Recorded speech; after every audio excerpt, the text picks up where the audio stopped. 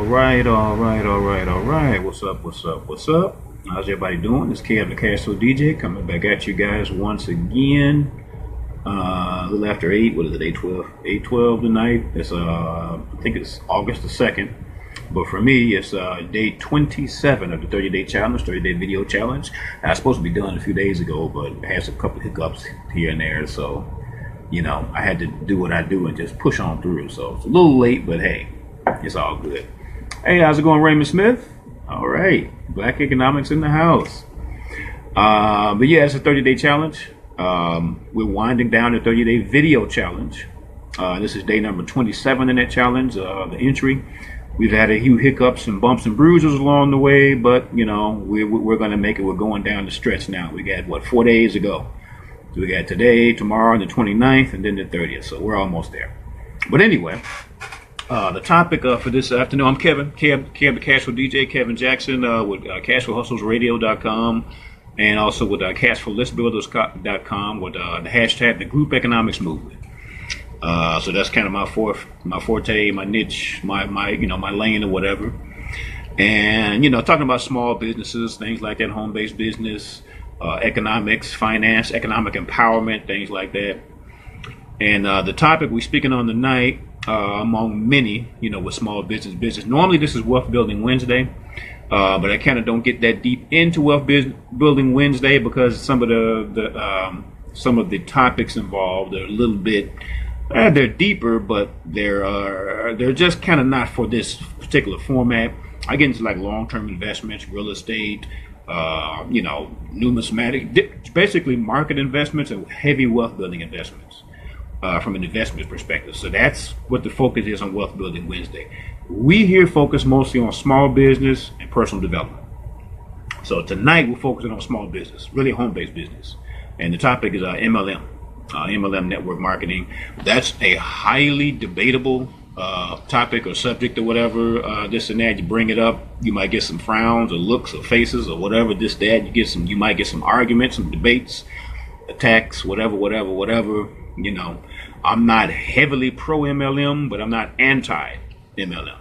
I'm not pro or anti. I'm kind of, you got to do, it's a certain way you got to do things. You're going to do something, you got to do it a certain way. You want to be successful. But anyway, we're going to talk about that, about creating your own economy. I got a few notes there. I always go into my Evernotes because I have extensive notes on a ton of subjects I'm always taking. And I've notated some things on this particular subject, on MLM.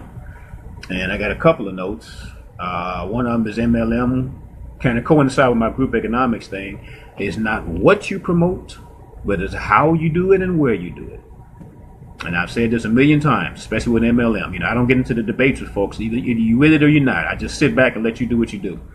But here's the way I look at it, the way it should be looked at, or one way to look at it positively. Rather than focusing on recruiting, which is 90% of the time, that's what you see. 99% of the time, you see somebody recruiting, they're coming to you, this and that. The focus should be on promotion. In the group economic setting, it should be on the movement and the platform. And not on just spamming people, recruiting people, saturating Facebook, saturating Twitter, Instagram, Craigslist, LinkedIn, and all that with another MLM deal. Dan Smith. You off work here. You coming in from the law office, huh, Dan Smith? Now, I know who you are, Dan Smith. What's up, man? That's JR in the house. What's up, JR? Oh, hey, no biggie, man. I've been there plenty of times. No biggie, man. Hey, as long as you get from A to B, that's all. I'm like Jake LaMotta. I never went down. I may be weaving and dodging on my feet. You might have hit me in some blows, but I didn't go down. That's all it is. Yeah, FedEx. That's right, man. That's right, FedEx. Yeah, I think you mentioned that earlier. Mentioned that once before. I think you mentioned that. But I was trying to figure out what topics to go in, because like I said, I got so much stuff, man, and some stuff I just got to hold back on or whatever. So I know I was going to go personal development, I'm going to go into the business stuff, so I'm kind of going into the business stuff a little bit. But you don't get away from personal development, because that's going to come in, that's going to get, that's going to really reveal itself in whatever you do. Whatever you are, it's going to come out in whatever you do. So, it's you can't really hide it, because, you're going to put yourself into it. But anyway, I was going into, tonight, that's all we talk about, man. Just basically the I guess a debate or whatever on the MLM, network marketing, all this type of stuff. Views this way, views that way. I'm not, and some people are anti-MLM, some are pro-MLM. I'm neither. I always try to look at the practical side of whatever's going on. It's all in what you do and how you do it. So I look at it from a different perspective, a different viewpoint than just, I can't stand that, and everything's a scam, and I don't do all that, because I don't join the crowd. I kind of do my research, I dig into it, I look at what's been successful, I look at what is effective, and what works and what works sustainably. But anyway, what I was talking about, I'm looking at my notes and stuff over here again. It starts a lot of arguments, a lot of debates, heated debates, all that type of stuff. But the focus should be on sales. It should be on selling a product, not recruiting, because everybody focuses on recruiting. Now the scams and the hype, those are two subjects that I get deep into. I get deep into the subject of hype, which I hate it. Hype is it's a whole psychology behind it. It's a psychology of selling, and I kind of hate it. I mean, I have a whole note on that. This isn't really about hype, but people use hype because people want to hear hype. They say they don't want to hear it, but they do. They do want to hear it. Human beings. I have products that I feature. I have several different products, but primarily I am selling a platform and a movement. So that features different products from different vendors. Kind of like a grocery store. You got a grocery store, you got cookies, you got milk, you got hot dogs, you got a box of cereal. I got all types of stuff. You got different brands that come and go. You got different stuff that comes and go. But what you have is a store. And inside that store, you sell grocery items or whatever. So that's kind of what I do. It's the platform, which is the group economics platform, the small business platform, all that type of stuff. And basically that's it. And the movement. The movement is the group economics movement, and that's a shift in the way people normally do things. It shifts their thinking on doing it a whole different way. So that's an idea. That message or that movement is an idea. Now products, hundreds of them, thousands of them, whatever you want to put in there. Just like eBay. eBay is not a product; it's a platform. Same thing with Google. It's a platform. It's a product too, but it's a platform. Same thing with Craigslist. Same thing with Facebook. Facebook is kind of a product too, but it's primarily a platform. And when you focus on the platform, it's wide open for thousands of products and thousands of people to use that platform or that vehicle in whatever way they want to use it. So that's what my main thing is. But I got a few products I deal with, but they come and go. This one come, that one go, this one come. They're replaceable. They're just whatever comes along. If it works for whatever I'm doing that particular time, then fine. The main product that I'm creating is going to be the seminar product, and there's not too many people doing that. Not the way I'm doing it.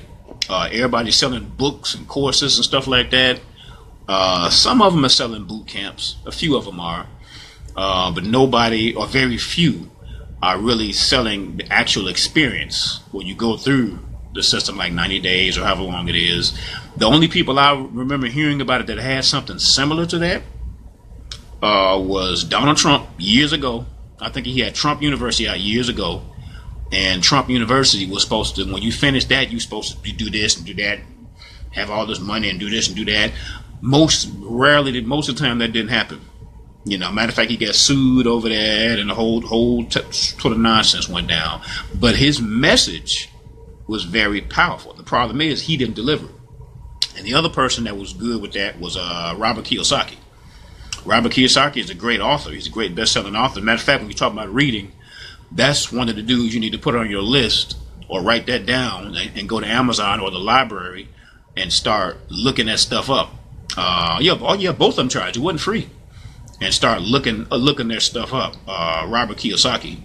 Robert Kiyosaki got some great stuff, man. When I first read his book, what was his book? The Cash Flow Quadrant. Yeah, Trump University. Yeah, what I'm saying is it came out crazy, but the idea was what is a valid idea. Now the way he handled it was whack. It wasn't handled the right way. Neither did Robert Kiyosaki. Robert Kiyosaki did something similar to that. He had people going to this thing, this little, lesson school thing or whatever it was, seminar thing or whatever. And when you finish with that, because it costs money, it ain't no $10, $20, $100. It costs like, I don't know, $2 or $3 grand for, I don't know how much it costs, $2, $3, $4, $5 grand or whatever. Robert Kiyosaki, yeah, I would look him up, man. I look him up on Amazon. I would look him up even at the library. Robert Kiyosaki, he's a Japanese dude. Actually, he's a Hawaiian dude. And his books are amazing. I haven't read a lot of them. I only read like 2 of them. And the first one I read was Cash Flow Quadrant, which was powerful. The stuff in there, just mind-blowing stuff. And the other one I read was his first book, was Rich Dad, Poor Dad. And he blew up after that. He wrote about 15, 20 different books after that, whatever. It just mostly financial,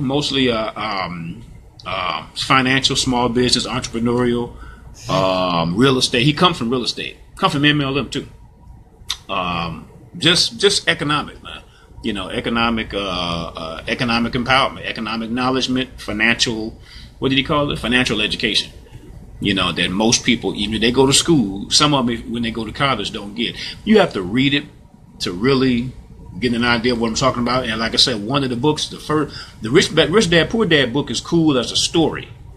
But Cash Flow Quadrant, that joker there is mind-blowing with the concepts, man. That thing there changes your whole outlook towards pretty much everything financial and economic. I can't even describe it. Some of these books, man, are so mind-changing and mind-altering that it's hard to communicate exactly the effect that the book has on you. Because most of these books have like 18, 20 chapters, 15 to 18 to 20 chapters usually. So it may take you a while to read. It's not no real thick book, but it's the standard hardback type of book, and it's been some years since I read it, but it's probably about 15, 20 chapters or whatever. But man, I can't even describe it, man. I can't, some stuff that you read is you just in 1 or 2 sentences. I can't describe it. And then the effect that it has on you, it's like, it's hard to, you just have to read it. It's hard to explain, but it's recommended to put on your list. So there's certain books on the list that are must reads on people's list, depending on what you're doing, what you're trying to do. There are must reads that if you don't read it, your mind is not gonna quite be able to relate to that particular viewpoint. Because if it took him 20 chapters to tell you something, he couldn't tell you that in a couple of paragraphs, or in 10 minutes or 5 minutes or whatever. It's so, not that it's real deep. I guess you could say it's deep. It's not no hard to understand book. It's just the viewpoint changes, But I would write that down. I would write his name down, go to Amazon or Google or whatever, or the library, type it in, start researching, and anything you hear or whatever, man, that you don't quite understand or is brand new, type that joke into Google or YouTube and start researching. Google or YouTube is just, man, we all should be the most brilliant people on earth because of Google and YouTube on our computers, on our cell phone, not at the library, not at a college or something. We should, I'm way ahead of you on that, man. That's on the list. That's on the list, man. I've had it on the list for quite a while, man. Quite a while. Just getting some other stuff going. It's a whole lot of stuff going and whatnot. But yeah, man, you should write that dude's name down. And there's certain people, man, that you just got to read, especially depending on what the perspective you're coming from. But Robert Kiyosaki is one. I read Robert Allen years ago, and I was young, so I didn't know nothing about nothing, The title of the book, I got a couple of ideas. It's depends on what direction I want to go in. I had an idea for it some years ago, which I may still do. It just depends on how I want to do it and which direction I want to go in. But I have already written some stuff as far as a direction that I wanted to go in. I still may do that. but there's other ways that I can go. So it just depends, you know. Like I said, I got a lot to choose from. I got a lot to cover. I got a lot of choices on how to do it, what perspective. Got a whole bunch of stuff. You know, when you got a lot to say and a lot to cover, it depends on how you want to do it, you know, and all that type of stuff. So it just depends, man. It just depends. Billy Jefferson in the house. What's up, Billy? Mariana representing. All right, but yeah, man, I would put that on the list. I would immediately, just to get used to the dude's name and the way his main little stuff, you know, just little interviews and little 5 to 10 minute videos, little stuff, little tidbits here, tidbit there. Like when you go to Amazon, what I do when I'm at Amazon, you can go and read the reviews at Amazon. Book a movie or something on there, and I do this all the time. Between Wikipedia and Amazon, that's how I learn about or research a book or movie or whatever, either old new book, a new book, or whatever it is. Usually if it's a movie or an actor or even a person, I go to Wikipedia.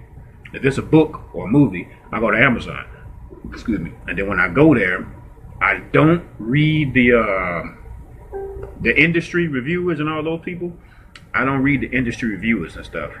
I read the customer reviews. Like for instance, if a movie comes out, let's say Captain America, whatever comes out. Captain America comes out, I don't ever look at the what's up, big dog? Billy over there representing, huh? Like if a movie comes out, I don't really go by the reviewers, like the professional newspaper dudes and all that type of stuff. I don't really pay too much attention to those dudes. I never have since I was a kid, because they're not reliable. I go by the viewers, the people that walked in the movie, sat down and looked at it, a normal person. That's who you go by. And when they come out, then you ask them, well, how was it? So on Amazon, I go to the reviews. You know, you go to the book and you go to the little section that has reviews, and you hit that little button for the reviews. And all these reviews will come down, maybe 10, 15, 20 of them, 100 of them, whatever. And you start reading all the reviews. You ain't even read the book, or the movie, or whatever it is. And you're just reading the reviews, and that gives you a little bit of an idea of what this thing is talking about and all this. Some of them have a spoiler, some of them won't. But this is just a research process.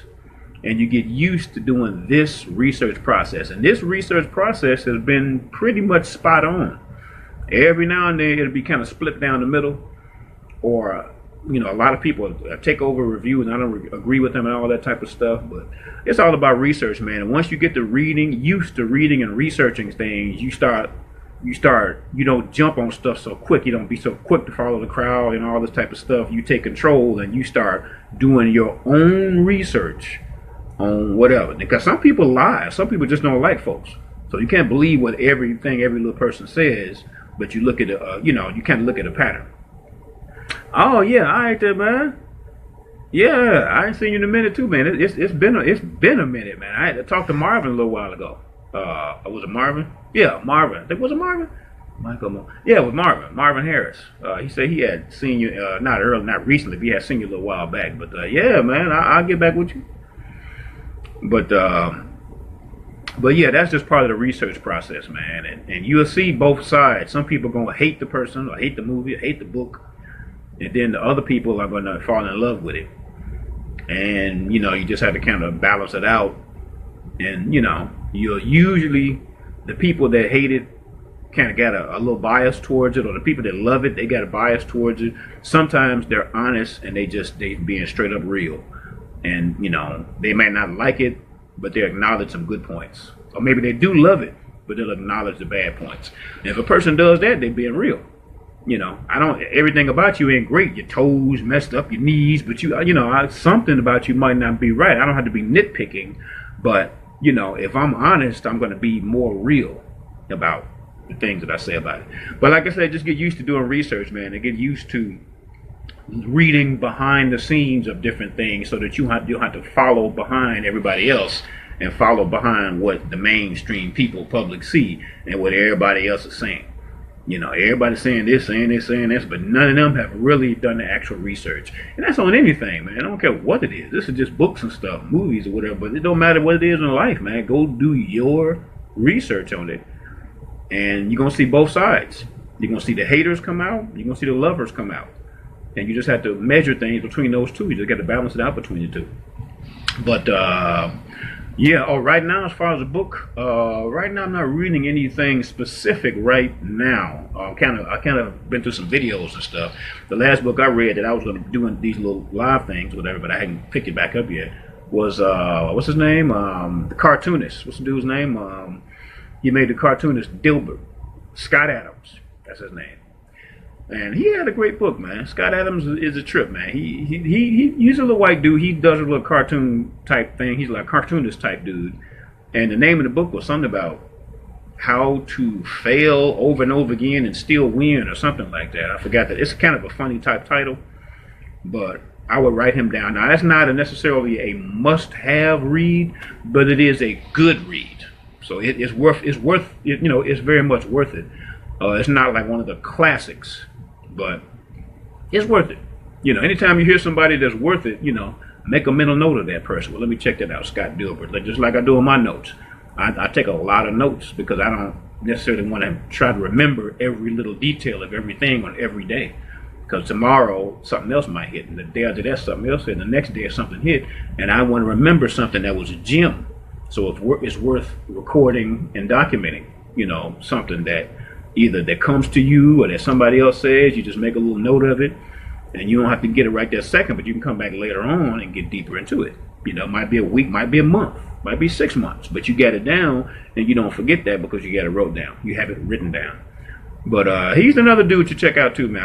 I will write his name down. Just Dilbert is the cartoon that he writes, and the dude's name is Scott Adams. And the book is great. It's kind of a short little book. It's kind of cute, sort of cartoonish type, what his style is or whatever. There's a lot of stuff out there, man. Like I said, you just have to keep up. But get your basics down, your classics down, and then you expand out from your basics and your classics to start getting the people over here and people over there and people, all this type of stuff. But you want to get them foundational, hardcore classics down that most people have read. When you run across a well-read person like Ice Cube, the rapper, if you ever see Ice Cube in interviews, some of these rappers, man, are some smart dudes. I think, who was that? Was that Plies? Plies got this real dumb type of, well, I don't want to get off into these rappers, but some of these dudes, they have to keep up a dumb, what do you call that? A dumb image, because dumb is cool or whatever. I guess dumb is still cool, or at least it was cool or whatever. And they have to portray being dumb or whatever. And some of these dudes are not dumb. They just have to make it look that way. Like Plies is like that. Ice Cube never has tried to look dumb. Never has, man. You come to Ice Cube and you start talking that real, Ice Cube is going to hang with you. Ice Cube is well read. That's what these dudes are. These dudes are well read. Even the black dudes from the hood. I've met dope dealers that's on this. Dudes been in prison and penitentiary and all that type of stuff. They on top of this. Just because they got caught up in whatever. They are on top of their game mentally. So they can't get played mentally and all that. Exactly, man.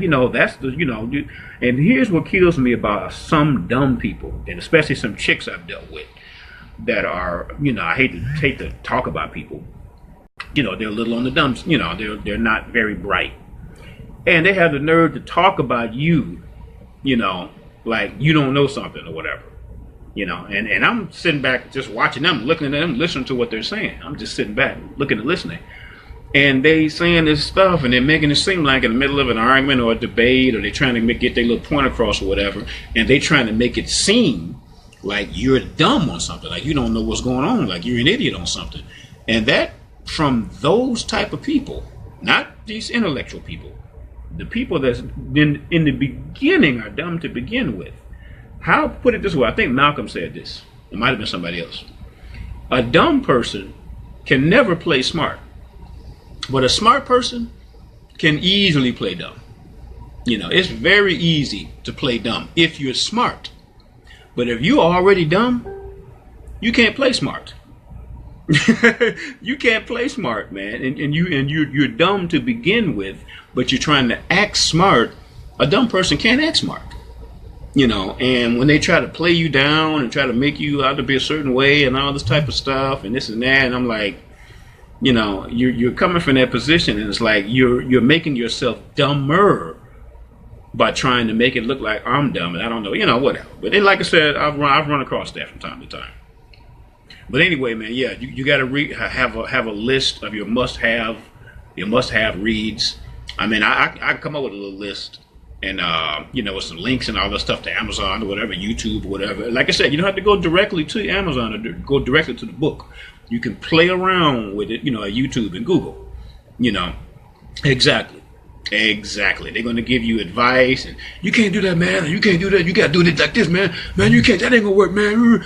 And I'm like, you actually telling me this ain't gonna work and that ain't gonna work, but yet you're sitting in this position, but you're gonna tell me this ain't gonna work and that ain't gonna work, or whatever. So, you have to choose and pick who you're going to listen to and who you're going to learn from. It's all part of the research game. It's all part of the knowledge game. You go out there, you're trying to succeed in a certain area.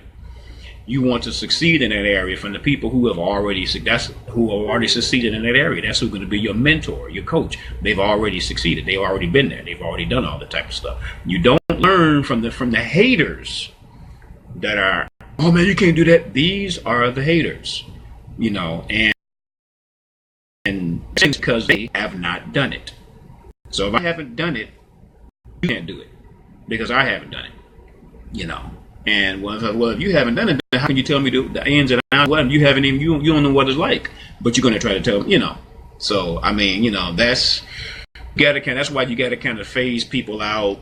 You got to kind of tune people out, and you got to kind of focus on what you're doing, and continue on the path that people laugh at, but that has worked for other people. And they went through exactly what you're going through. Went through exactly what you're going through, or worse. It might have been even worse. But I was talking about the MLM thing and what to focus on with that, and all the debates and all this type of stuff that come up with that. And primarily, MLM is not what it should be. Now, people jack it up and screw it up the way they handle it and give it a bad name. But it should be all about sales. It's direct sales. That's all it is. You're selling a product. Now, how you sell it through referrals and MLMs and networks and all this type of stuff really is just the vehicle. That's just the tool. That's just a method. It's just, if anybody in business has to sell the product, the recruiting part. Let me go to the other note because I got this in two parts. Oh, hey, how's it going, Becky? All right. Becky is one of my fellow challenge members from the MLA challenge. I completed the challenge. I'm still doing mine, finished it up and everything. But one of the fellow challenge members from hashtag MLA challenge. I'm just finishing up the 30-day challenge because I didn't finish it up on the other thing. So I got a few more days to go. This is day 27. And we're talking about MLM, network marketing, and some of the pros and cons and the debates and all this type of stuff on what's going on with it, what's not going on, and all this type of thing. So I am not anti-MLM, nor am I pro-MLM. I am basically looking at the pros and the cons of what goes into it, how people have messed the industry up and maligned it, and how some people have succeeded in it. But if you focus primarily on the sales, what's up, Becky? Becky's in the house. If you focus primarily on the sales of whatever the product is, the direct sales, that's the focus. It's not recruiting, because recruiting in actuality, all recruiting is, I'm going to tell you what recruiting actually is. Recruiting is nothing but staffing. When you recruit, and when any business recruits, they get people on their staff. Okay, number two, staffing is a short-term goal. Once you reach the limit of your staff for your particular needs, you don't focus on staffing. You focus on moving product. If the product doesn't move, nobody's selling anything if it's just the staff. You have to have a product to move. You have to have customers that have customer acquisition. That's why it's primarily direct sales. Recruiting is for short-term staffing purposes only. That means recruiting is temporary. Now, when you go to a business that recruits, or any business that recruits, yeah, but that's the thing. See, that's what slips people up. You make money by making customer sales, by making direct sales. The recruiting that you do is part of the staff. The staff is also making sales.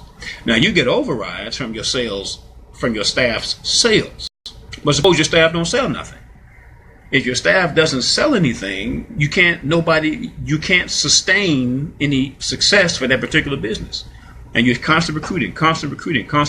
That, it's a temporary focus. Here's the thing about recruiting.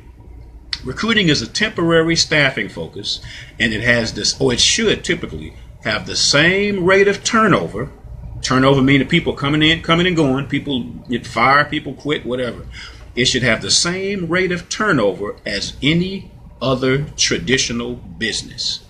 You go to a business, you go to a liquor store, a mechanic shop, you go to a doctor's office or whatever, grocery store or whatever, they have a certain turnover rate. They may have 100 employees, 50 employees. Out of that 50 employees that they try to maintain, part of their staff, they're going to have a certain amount of turnover, like maybe 5%. Exactly. Because without customers, man, if you don't buy any product, it's not sustainable. You can have a mad rush in the beginning, of people joining and all this type of stuff, which a lot of MLM companies have done that. You have a mad rush in the beginning. The problem is you can't sustain because nobody is actually selling product. So without making product sales, the business, your staff can't make you got to make your overrides over their sales. So recruiting or heavily promoting recruiting is not a sustainable. I'm reading from my notes again. It's not a sustainable business model. Let's look at some examples. You got Walmart, Target, Amazon. You got big retailers out there. Now these big retailers, when you go to Walmart, they selling shampoo, they selling bread, they're selling jeans or whatever it is. They're selling shoes and computers and TVs and all these things. They're selling inside Walmart. The same thing Target is doing, the same thing Amazon is doing. All these different people. That's what they're selling. Now here's the thing: they're big retailers. Now here's the thing: they have affiliate platforms. The affiliate platforms are sales staff. They're salesmen, people that make all this money for Amazon. They're selling products, or Walmart or whoever, because all three of those have affiliates. Walmart has them, Target has them, and Amazon has them. Now they're not true enough. They want salesmen, but why do they want salesmen? To recruit other salesmen? No. Walmart and Amazon and them want salesmen to sell products, not to recruit other salesmen. So they encourage customer acquisition, not affiliate recruiting. And that doesn't mean that they don't want affiliates, but that's not their primary goal. That's a secondary goal or a tertiary goal, what you want to call it, to have affiliates to do the salesman. Somebody's got to be there. Somebody has to staff. So you have to balance it. That's why I say you have to look at everything in life, including business, from a balanced perspective. Same thing with McDonald's. Now, McDonald's franchise is a great business opportunity when they started out in the 50s or whatever year it was. Franchises don't sell the franchise opportunity. Now, do they want you to be a franchisee? Yeah, they're open for people to open McDonald's and everything. But when you open it, they don't want you to find another franchisee.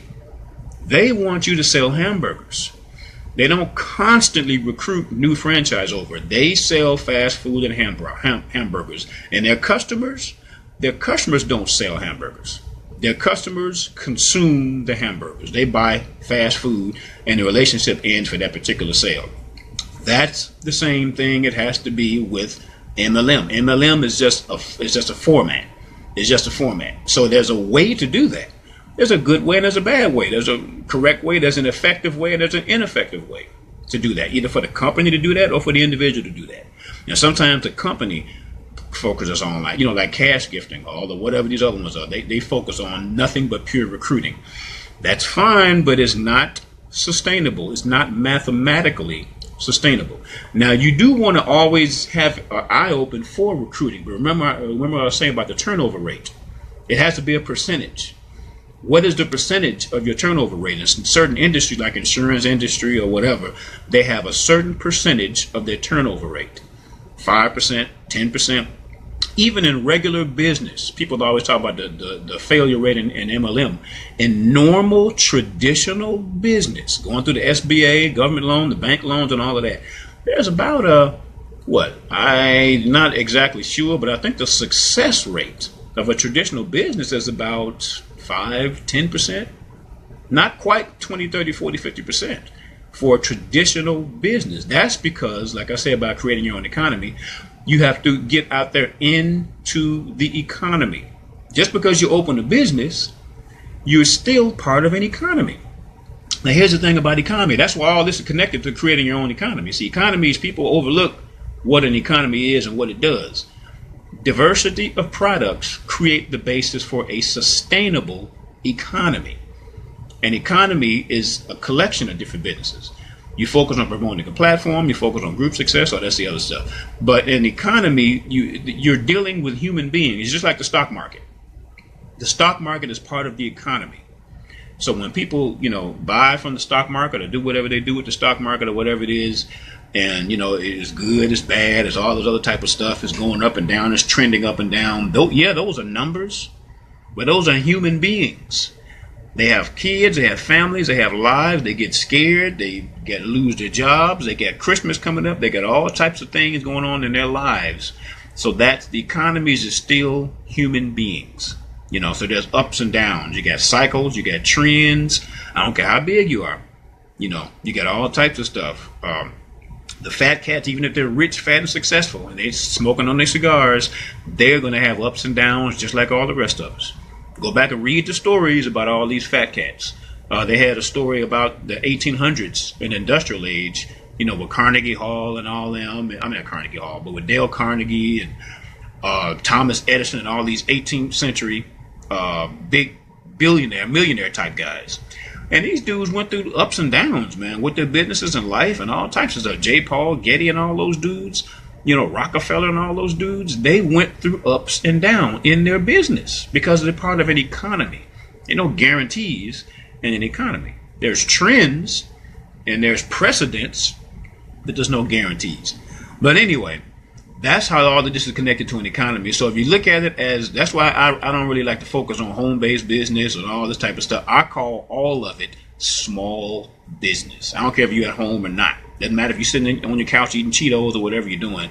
It's operated just like a small business. It doesn't matter what you have it wrapped up in. It doesn't matter if it's MLM or eBay or whatever it is.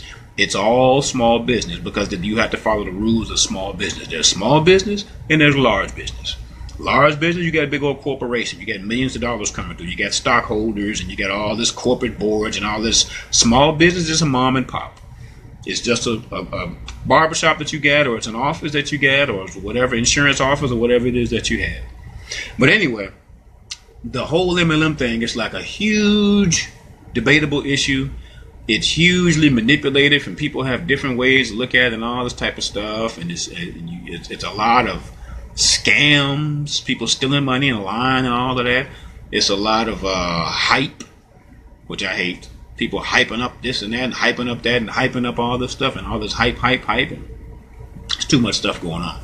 But anyway, that was basically what I wanted to focus on today, was kind of getting to a little bit more of a business discussion.